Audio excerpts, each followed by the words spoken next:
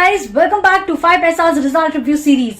तो आज के वीडियो में हम डिकोड करने वाले हैं पेंट सेक्टर की एक और कंपनी बर्जर पेंट्स के Q1 FY23 के नंबर्स। ये जानेंगे कि year on year, quarter on quarter company की परफॉर्मेंस कैसी थी, वॉल्यूम ग्रोथ, मार्जिन्स कैसे आए हैं और साथ ही आखिर में हमने एक छोटा कंपैरिजन किया है कि एशियन पेंट्स और बर्जर पेंट्स दोनों के जो नंबर्स आए हैं किसकी परफॉर्मेंस ज्यादा बेटर थी। आगे बढ़ने से पहले एक इंपॉर्टेंट रिमाइंडर, अगर आपने हमारे चैनल को लाइक या सब्सक्राइब नहीं किया तो hit the icon and don't forget to hit the bell icon also, ताकि आपको सारे नोटिफिकेशंस टाइम पर मिलते रहें। चलिए, तो अब नंबर्स की बात करें तो Q1 में बर्जर पेंट्स के प्रॉफिट्स इस साल 80% बढ़कर 253 करोड़ पर आए हैं। रेवेन्यूज भी ईयर ऑन ईयर 53% बढ़कर 2760 करोड़ पर आए हैं। एबिटा इस क्वार्टर में 70% तक बढ़ा है, 405 करोड़ रहा एंड मार्जिन्स 13.3% थे पिछले साल, वहां से बढ़कर 14.7% आया, मतलब लगभग 15% के मार्जिन्स कंपनी ने बुक किए हैं।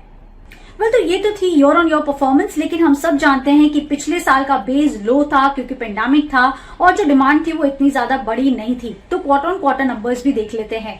क्वार्टर ऑन क्वार्टर कंपनी के प्रॉफिट्स 15% तक बढ़े हैं, रेवेन्यूज में 26% तक का जंप देखने मिला है एंड एबिटा 17% तक बढ़े हैं।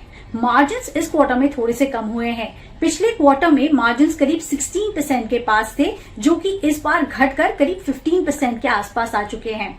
वेली एक्सपेक्टेड जरूर था क्योंकि इस क्वार्टर में जो इन्फ्लेशन है वो काफी हाई था, कमोडिटी प्राइसेस बढ़ चुके थे, स्पेशली क्रूड प्राइसेस बढ़े थे और इसका सबसे ज्यादा इम्पैक्ट कंपनी पर देखने मिला था। कंपनी की कॉस्ट ऑफ मटेरियल कंज्यूम्ड इस क्वार्टर में डबल हो चुकी है पिछले साल से अगर आप कंपेयर करते हैं, एंड अगर आप पिछले क्वार्टर से भी कंपेयर करते हैं तो जो कॉस्ट है वो काफी बढ़ चुकी है। तो एक्सपेक्टेड था कि इस बार जो मार्जिन्स हैं स्लाइटली कम आ सकते हैं। Okay, now coming to the most important parameter for the company, that is the volume growth.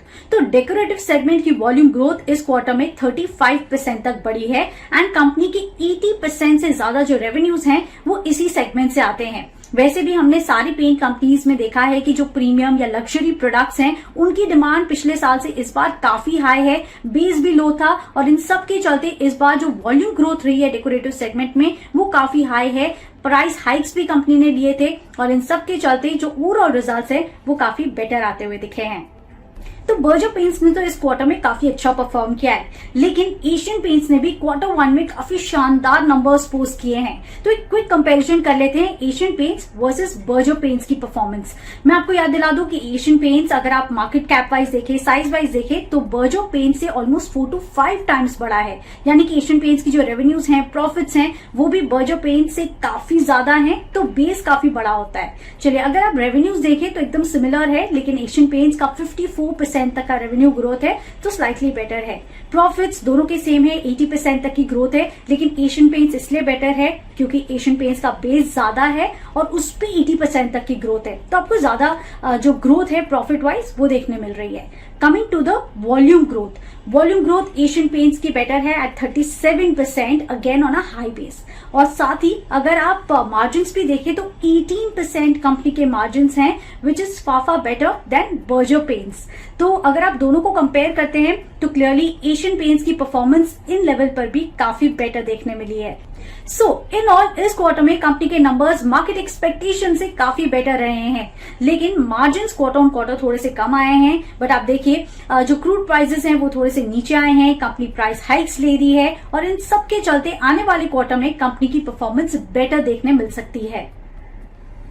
Valuation wise आपको एशियन पेंट्स ज्यादा महंगा दिखेगा, लेकिन एशियन पेंट्स ने हमेशा एक प्रीमियम कमांड की है और उसकी परफॉर्मेंस भी काफी कंसिस्टेंट रही है। आपको कौन सी कंपनी ज्यादा पसंद है, बर्जर पेंट्स या एशियन पेंट्स? हमें कमेंट सेक्शन में जरूर बताएं and don't forget to like and share this video.